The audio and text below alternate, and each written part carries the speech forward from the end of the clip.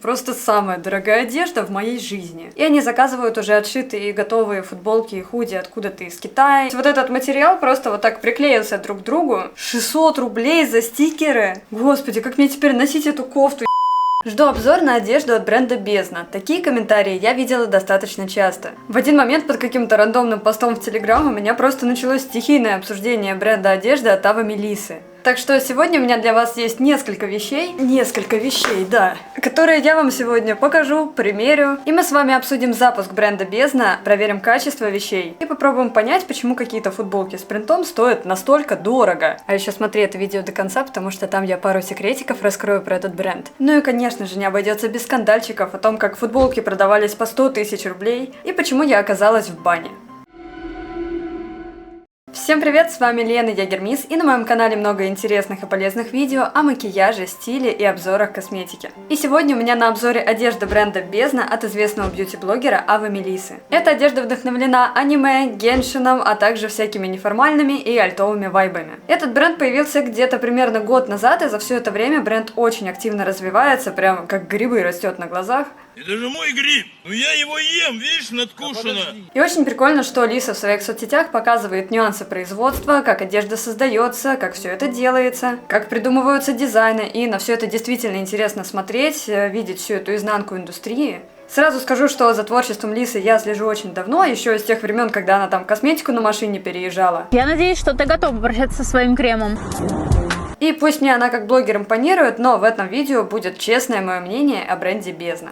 Кстати, после моего обзора на бьюти-бокс Лисы меня почему-то забанили у нее в Телеграм. Недавно меня там разбанили, но, вероятно, после этого видео меня там снова забанят. Ура! Просто какой-то круговорот бана в природе. Стоимость одежды у этого бренда прям очень высокая. Сейчас в основном там всякие худи, рубашки и футболки, и стоимость где-то от 6 до 20 с лишним тысяч. Не, ну как бы 17к за худи заплатить, ну это прям нужно неплохо так жить, да. Ну или хорошо уметь у предков деньги просить. Мама, дай мне денег на донат помогу, пожалуйста. И, наверное, конечно, самая непонятная ситуация для меня, когда бренд Бездна только запускался. Естественно, я за этим следила, и была какая-то просто неведомая фигня. ВКонтакте выложили первые вещи, и цены на них стояли по 100 тысяч рублей. Лиса говорила, что не покупайте эти вещи, это какой-то глюк, что это надо для настройки магазина. Но кто-то все равно даже за 100 косарей скупал эти вещи, я просто не знаю, что должно быть у человека в голове. Но я надеюсь, что в кредиты никто не влез, и эту ситуацию как-то замяли, и лишние деньги всем вернули. Ну ладно, давайте уже наконец перейдем к обзору, пока меня снова не забанили. Но перед тем, как начать, поддержи мой канал лайком, подпиской и комментарием, чтобы помочь продвинуть мои ролики на просторах Ютуба. В общем, мне пришла посылка, которая выглядит вот так. Как бы я пока не понимаю, как я запихну все это в свой чемодан, потому что она размером с мой чемодан. Если вдруг вы хотели узнать, как выглядит посылка, стоимость которой больше 50 тысяч рублей, то вот вам, пожалуйста. Я не знаю, как влезть вообще в кадр с этим огромным пакетом, потому что пакет прям очень тяжелый. Вот так вот шмоток накупила, можно в спортзал не ходить. Здесь у меня 6 предметов одежды, есть худи, лонгсливы и футболки, а также манго о бездне и всякие разные подарочки. Бездна — это не только название бренда, также это имя маскота, то есть символ этого бренда. И прикольно, что там помимо шмоток создают просто целую вселенную, где есть свои персонажи со своими разными историями, и к ним же есть отсылки в принтах и дизайнах. Я очень люблю такой подход, где каждой мелочи уделяется внимание, и все как бы, ну, не просто так. Ну и, конечно же, я не могу не уделить внимание упаковке, потому что упаковано все очень необычно. Во-первых, в посылке сразу шел вот этот красивый подарочный пакет. Спасибо, так неожиданно и приятно. То есть, в принципе, эти вещи можно просто кому-то, например, заказать и вот так вот красиво принести и подарить. Ну или оставить себе и использовать его как, например, пакет с пакетами, как это буду делать я. Все вещи запакованы вот в такие плотные сетчатые чехлы на молнии. И в чехлах я вижу всякие подарочки, какие-то там стикеры. Ладно, мы это посмотрим потом. Пакет вот так открывается, все из него достается, все очень удобно. Ну и тоже удобная штука, ее потом можно использовать, ну, например, как косметичку. Например, для тех, кто хотел косметичку, как у Dior, у вас есть шанс. Конечно же, мне сразу в глаза бросился вот этот логотип Бездна, который весь такой расплывшийся, растекшийся, как будто его просто из какого-то баллончика через трафарет нафигачили. Надеюсь, что одежда внутри не с таким же принтом. Но хотя, если быть честной, вот это мне нравится, вот серьезно. Это такой прям DIY, что-то такое прям панковское. И как раз таки вот этот мелкий нюанс заставляет меня вспомнить, что это новый такой самобытный бренд. Не какой-то там прям совсем люксовый и магазинный, и в этом есть душа. Но за такие цены душу можно продать дьяволу. За моей спиной стоит сам Паймон, величественный дьявол. Потому что это самая дорогая одежда в моей жизни. Ладно, окей, куртка зимняя у меня 40 стоит. Пользуясь случаем, обзор на мою куртку за 40 тысяч.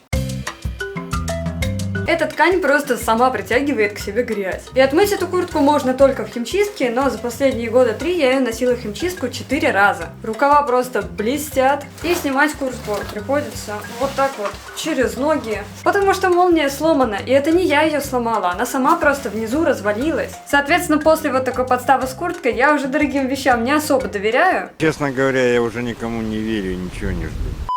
Ладно, давайте начнем с первой вещи, и это будет футболка «Карта смерть». Собственно, тут изображен маскот бездны с косой, и все это сделано в виде карты Таро. Сейчас надену и буду вам гадать, могу еще ручку позолотить, чтобы тоже бренд бездны смогли себе купить. Я так понимаю, здесь вся одежда оверсайз, и очень интересно сейчас будет глянуть, как это будет выглядеть на мне. Но перед этим давайте проверим качество. На бирке написано, что это 100% хлопок, и я уже очень сильно удивлена, потому что у меня в гардеробе очень много всяких разных мерчевых футболок, но здесь я прям очень удивлена, потому что ткань настолько плотная. Спокойной ночи.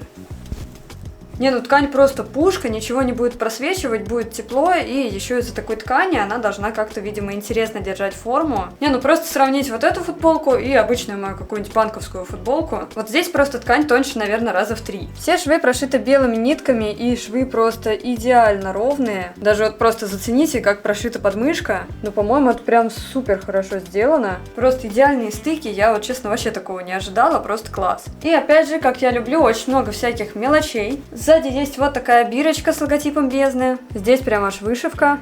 Внутри на воротнике прозрачная билочка с логотипом, сделана в Москве, размер, и также написано, как тут правильно стирать, как правильно ухаживать. На рукаве здесь тоже такой маленький брендовый ярлычок. Короче, очень прикольно, много всяких таких нюансов, деталей. В общем, качество ткани, качество швов, пошива у меня вообще никаких претензий нет. Здесь реально сделано все идеально, и такая футболка стоит 6000 рублей.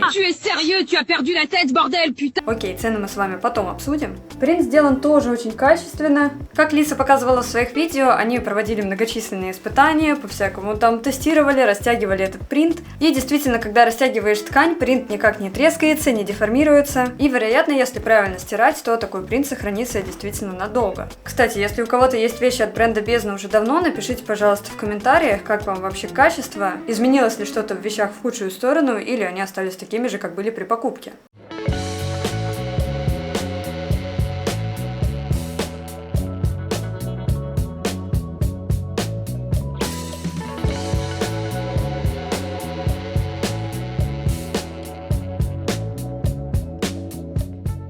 Не, ну, кстати, по фигуре сидит неплохо, очень такая самодостаточная вещь. Просто можно даже украшения никакие не использовать, просто чисто с джинсами или с леггинсами надел и пошел. Ну, я думаю, классно это все будет выглядеть в комбинации с массивной тяжелой обувью. В общем, качество крутое, сидит все хорошо. Рукава, конечно, очень необычно выглядят, но, в принципе, почему бы и нет. Кстати, если будете покупать, у меня размер XS и рост где-то 164. И, в принципе, в плане телосложения у нас с Лисой похожие параметры. И в этом плане все достаточно просто, потому что я видела вещи на Лисе и примерно понимала сразу, как они будут сидеть на мне. Казалось бы, все классно, но я везде найду, что обосрать. Я не особо фанат термотрансферной печати. То есть вот эта печать, которая выглядит как клеенка. По качеству все классно, но на ощупь она такая не очень приятная, немного блестит. Это достаточно простой и дешевый вид печати по одежде. Я просто по образованию печатник, я в этом немного разбираюсь, и я 2 диплома написала о печати на тканях. На мой вкус мне намного нравится печать без такого эффекта клееночки, когда используется, например, прямая печать или трафаретная печать, то есть шелкография. Я вот не знаю, какие тиражи вещей у Лисы, потому что шелкография требует прям больших тиражей. Но тут, в принципе, достаточно простые векторные картинки, не очень много цветов, так что я думаю, что это возможно. И если бы тут использовалась шелкография, то я бы, в принципе, понимала, за что человек отдает 6000 рублей. Ура! Наконец-то мне пригодились мои 2 диплома о высшем образовании, чтобы попадаться в моем блоге. Не, ну хотя бы это лучше, чем использовать их как подставку под пиво. Например, вот футболка моих друзей, которая как раз напечатана шелкографией, как видите, тоже тут детализация, все в принципе классно, но на ней нету вот этого прям эффекта клеенки и нету прям какого-то такого прорезиненного слоя. Опять же, это все просто вкусовщина, я не говорю, что вещи плохие, просто вот этот вид печати не заходит мне. Так, и я уже вижу, что в принципе на всех остальных предметах одежды точно такая же печать, ну окей, допустим. Следующее это вот такой лонгслив. Лонгслив. Да господи, кто придумал слово лонгслив? Как оно произносится, это тяжко, а?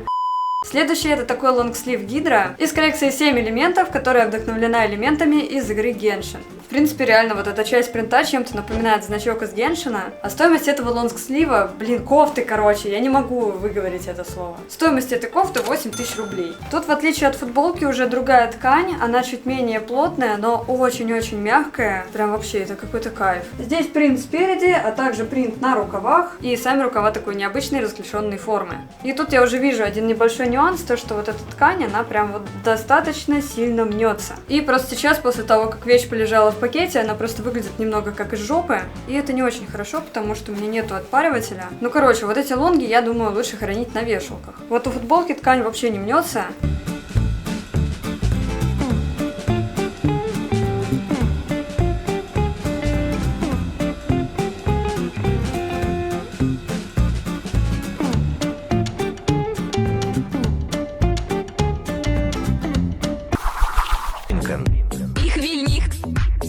Здесь двойные рукава, но почему-то они очень длинные, но в принципе это понятно, что у меня рост небольшой, но в общем получается как-то так. И несмотря на то, что рукава немного длинноваты для меня, я ощущаю себя в нем очень комфортно, он очень мягкий и приятный в носке. Ну, в принципе, прикольно, что здесь везде размер оверсайз, это не просто какие-то вещи, которые на 5 размеров больше, а здесь реально сделан дизайн так, чтобы эти вещи выглядели хорошо. Хотя сначала меня все равно немного напрягло, что по сравнению со мной этот лонгслив просто больше в несколько раз. Тут все то же самое, состав 100% хлопок, есть всякие ярлычки везде, бирочки. В общем, тут тоже у меня нет никаких претензий, в принципе, все качественно, еще бы ткань так сильно не мялась, и было бы вообще классно.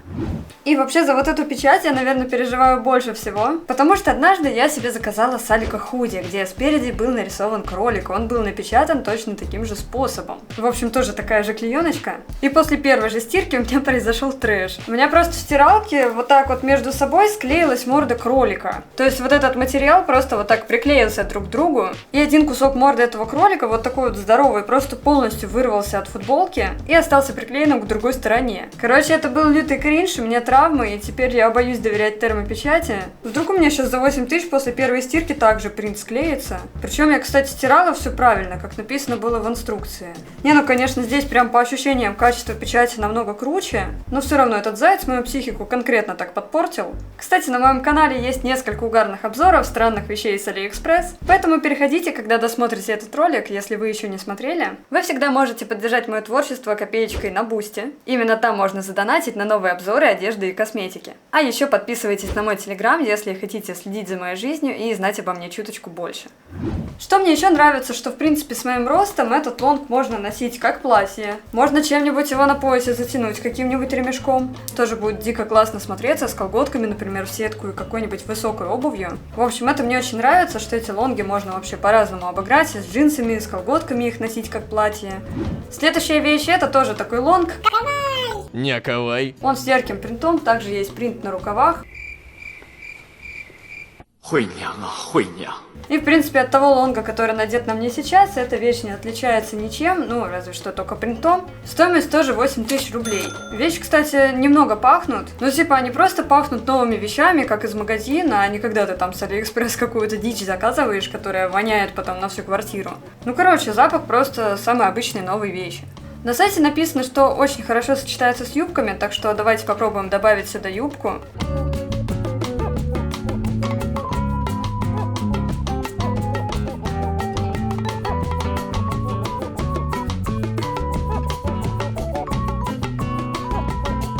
Ой, ну, кстати, тоже вполне себе миленько выглядит, а то я уже боялась, что придется все это таскать с какими-нибудь джинсами, а юбки я вот тоже, кстати, очень люблю. Я думаю, что мой кавайный лук должен заценить самый кавайный персонаж в этом доме. Курва, ежик. Гоша, что думаешь?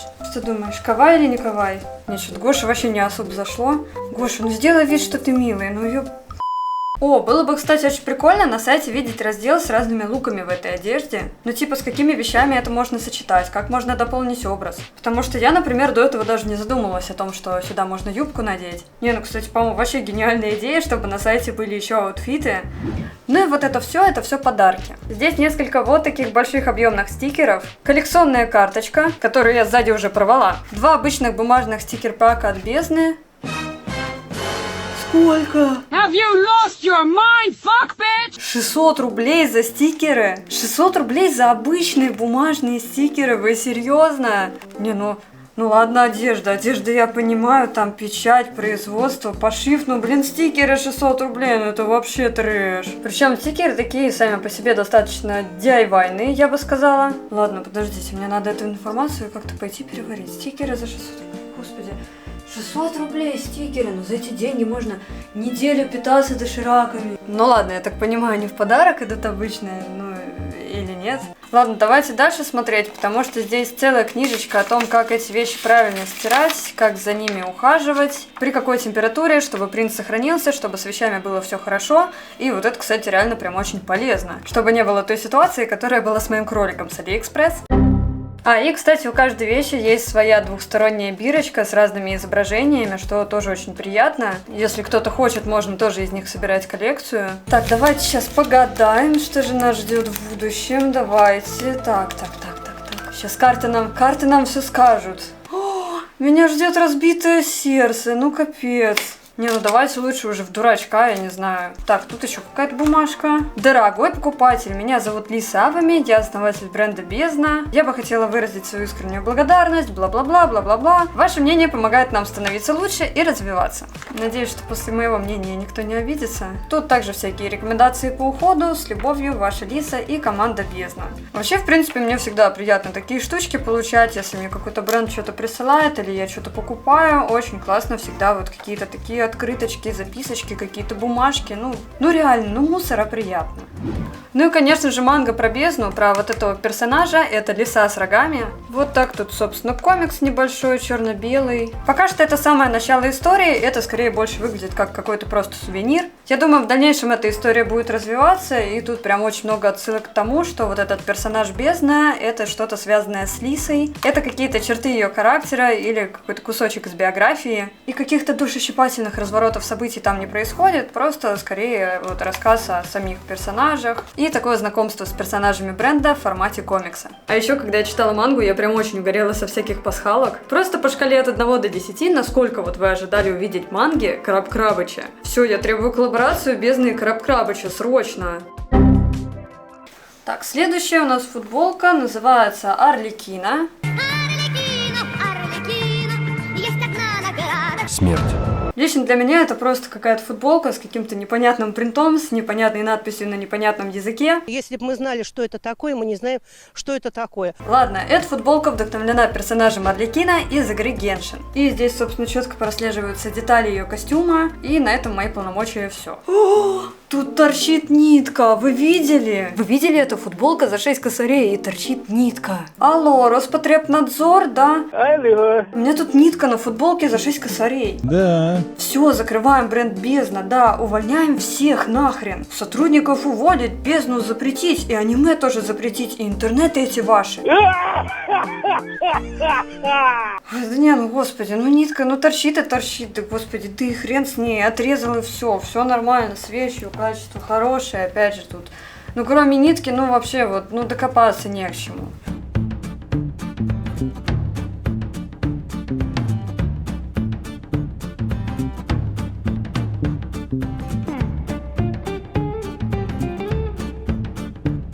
На данный момент у меня складывается такое впечатление, что все эти вещи похожи не на бренд одежды, а на хорошо продуманный и сделанный мерч. Потому что в основном все эти футболки, худи вдохновлены аниме, вдохновлены Геншином и какими-то отсылками к Лисе, с какими-нибудь ее приколами и коронными фразочками. Я человек далекий от Геншина и аниме-культуры, ничего против не имею, просто немного другим по жизни увлекаюсь. В принципе, мне нравятся эти вещи, нравится их стиль, но я испытываю небольшой дискомфорт, потому что я не знаю, что это. Это очень круто, что Лиса может воплощать свои идеи и делать то, что ей нравится. Я просто не привыкла носить вещи с отсылками к чему-то, в чем я не особо шарю. Это вот конкретно лично мой но я обычно никогда не надену футболку группы, которую я не знаю, которую я не слушаю. Ну потому что зачем? А какой смысл? И в этих вещах я чувствую себя немного как позер. Соответственно, мне бы было очень круто видеть у бренда в дальнейшем больше нейтральных вещей, чтобы помимо вещей, которые связаны непосредственно с Геншин и аниме тематикой, были бы просто какие-то вещи в таком же стиле, потому что это этот стиль мне, в принципе, очень нравится. Чтобы в дальнейшем у одежды был акцент не только на сам принт и какую-то идею, а чтобы больше выделялось внимание разнообразием фасонов, например. И, в принципе, сейчас как раз бренд над этим работает, потому что я слышала, что запускают там брюки. За 40 гривен штаны. Лиза хочет также делать и сумки, и обувь. Ну, короче, я думаю, что еще буквально годик, и из каких-то футболок с разными принтами это перерастет в полноценный бренд. Появится огромное количество новых вещей, новых дизайнов, чтобы можно было не просто купить себе там футболку или худи, а создать какой-то полный аутфит полностью из одежды от бездны.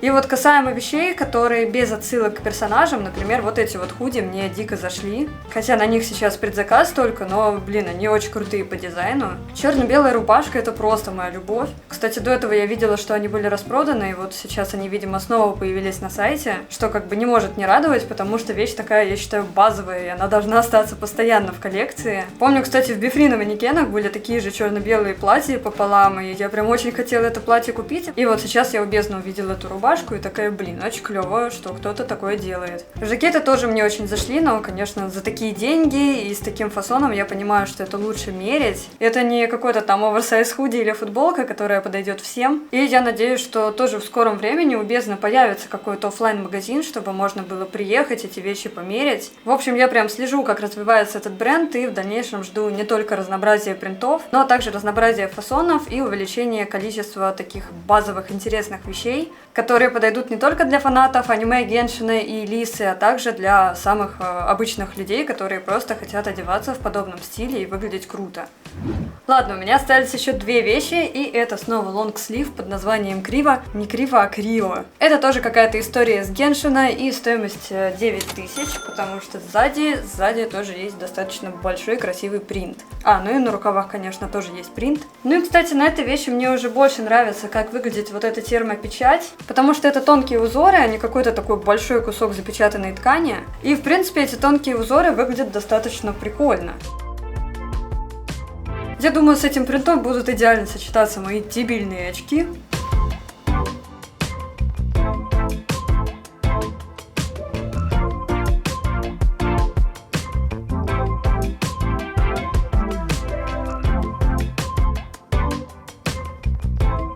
Блин, мне вот этот вот принт на рукавах напоминает татуировки у всяких зэков и гопарей. И я немного начинаю ловить с этого кринж. Не, ну вот сравните просто этот принт и вот эти вот всякие татуировки. Ох, шить стрейбала. Ой, хотя вот этому мужчинке, по-моему, его портачок прям очень нравится.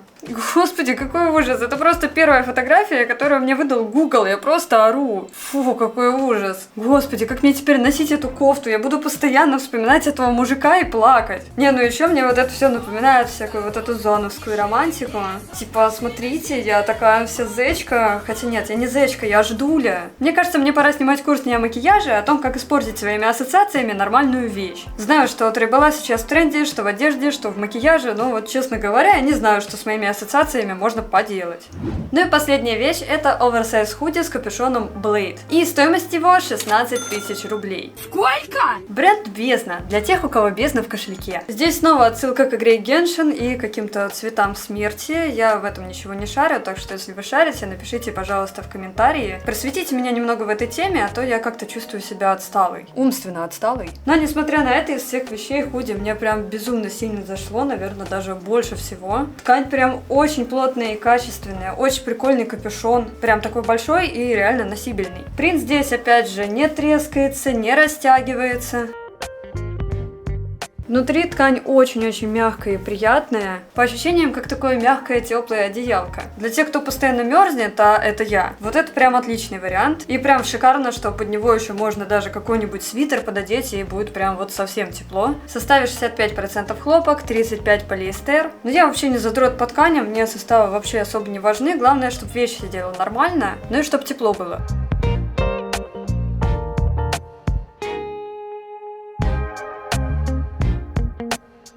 Вот эта вещь очень крутая, очень стильно выглядит, очень классно сидит, и сзади как будто она немного удлиненная. Ладно, я уже устала говорить, насколько тут все идеально сшито, насколько ровные швы. Хотя я бы, наверное, очень сильно выеживалась, если бы за 16 тысяч у меня бы отсюда торчали нитки и были бы какие-то проблемы. О, нифига себе, там еще сзади есть принт в форме креста. Блин, я его только что заметила, учитывая, что я этот худи уже несколько дней носила. Ну, короче, это прям 10 из 10, мне прям очень заходит, очень красиво. Но единственное, что мне не до конца пока зашло, это карманы.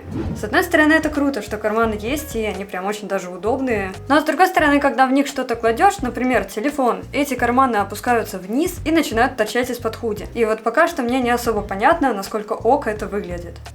В общем, что я могу сказать о бренде Бездна? Во-первых, мне очень сильно понравился подход. Хорошее качество, раскрытие персонажа бренда, продуманные дизайны. Все вот эти мелочи, а-ля упаковка, положить какие-то стикеры, положить подарочки. Все вот эти вот бирочки, ярлычки на одежде тоже очень классные. И я прям была уверена, что все это заказывается. И, кстати, стоит это под заказ тоже недешево. Я сама раньше шила одежду, пыталась отшить свою коллекцию, но как-то на все подзабила. Но я гуглила, где вот заказать все вот эти штучки, и это было очень даже недешево. И тут я была в шоке, когда увидела в аккаунте Бездны, что они делают это все сами, они сами вот это отшивают, сами занимаются вышивкой. И они все это делают на своем оборудовании, в своем помещении в Москве. То есть я понимаю, насколько много бабла в это вбухано, и это прям очень глобальный подход. И большинство блогеров или музыкантов, которые делают свой мерч, они просто не запариваются над дизайнами, над пошивами, и они заказывают уже отшитые и готовые футболки и худи откуда-то из Китая или с каких-то заводов в России. Короче, они просто уже готовые вещи закупают и никак не меняют дизайн, и просто наносят какой-то свой принт или логотип. То есть они не закупают все это оборудование, что, собственно, как я поняла, сделала Лиса. Здесь же такого нет. Тут все дизайны реально продуманы, все дизайны необычные. То есть это не какой-то масс-маркет, не какие-то там болванки с футболками. Ну и примерно я понимаю, откуда такие цены, потому что здесь все производство в Москве. Аренда помещений в Москве — это очень дорого. Во-вторых, все это оборудование, чтобы не только шить, но также делать всякие ярлычки, принты, упаковки. Также это большой штаб людей, то есть у тебя должен быть дизайнер, конструктор, швеи, человек, который занимается печатью, человек, который занимается вышивкой. То есть это примерно так же, как вариант создания собственной косметики. Об этом я, кстати, рассказывала в своем видео, где разоблачала мифы о косметике с Алиэкспресс. То есть ты можешь закупить стандартные упаковки из Китая, найти какие-то стандартные расходники, да хоть ты можешь просто уже палетку готовую заказать и просто сверху напечатать свое имя. А здесь же это уже другая сторона медали, которая стоит в разы дороже, когда ты по своему дизайну создаешь упаковки. Сам со всякими профессионалами подбираешь формулы, компоненты и составы. И, разумеется, это все стоит намного дороже. И, в принципе, я могу понять, откуда такие цены на вещи, но хотя для меня эти цены все равно очень высоки. И, кстати, ходят слухи, что Лиса собираются выпускать свою косметику. И вот после создания бренда с таким глобальным подходом мне вот очень интересно будет, а что же будет у нее за косметика? Потому что, насколько я слышала, косметика будет бюджетная. И вот тут прям очень интересно, будет ли это какой-то крутой, качественный, эксклюзивный продукт за бюджетный прайс, или это будет очередной бренд-перекуп из Китая. Так что, как бьюти-блогеру, в первую очередь, тема с косметикой мне очень интересна. Напишите в комментариях, что об этом думаете. В общем, мне эти вещи очень понравились, за исключением пары моих там каких-то личных загонов, касаемо способов печати и отсылок к аниме и геншину, в котором я немного не шарю. Но это никак не влияет на качество шмоток, которое, ну, будем объективными, определенно на высоком уровне. Мне кажется, есть два стула. Либо Лиса мне вкинет баблишко за рекламу бренда, либо меня опять заблокируют. А на какой стороне ты? Так, бан или баблишка? Баблишка или бан? Так, давайте погадаем. Ведь я сама черная магическая гадалка. Касаемо цен, тут уже наш выбор, как и с любым люксом. Готовы ли мы больше платить за имя, за пошив в Москве, за какой-то эксклюзивный дизайн, или нам норм заходят какие-то вещи там из Китая. А нравится ли вам бренд Авы Мелиссы? Есть ли у вас что-то от бренда Бездна? Может быть, меня, кстати, смотрят какие-нибудь заядлые бедняки? Поделитесь своим опытом в комментариях. Сохраняются ли принты, как ведут себя вещи после стирки, насколько они хороши в носке. А на моем канале все еще много полезных видео о макияже, стиле и обзорах косметики и одежды.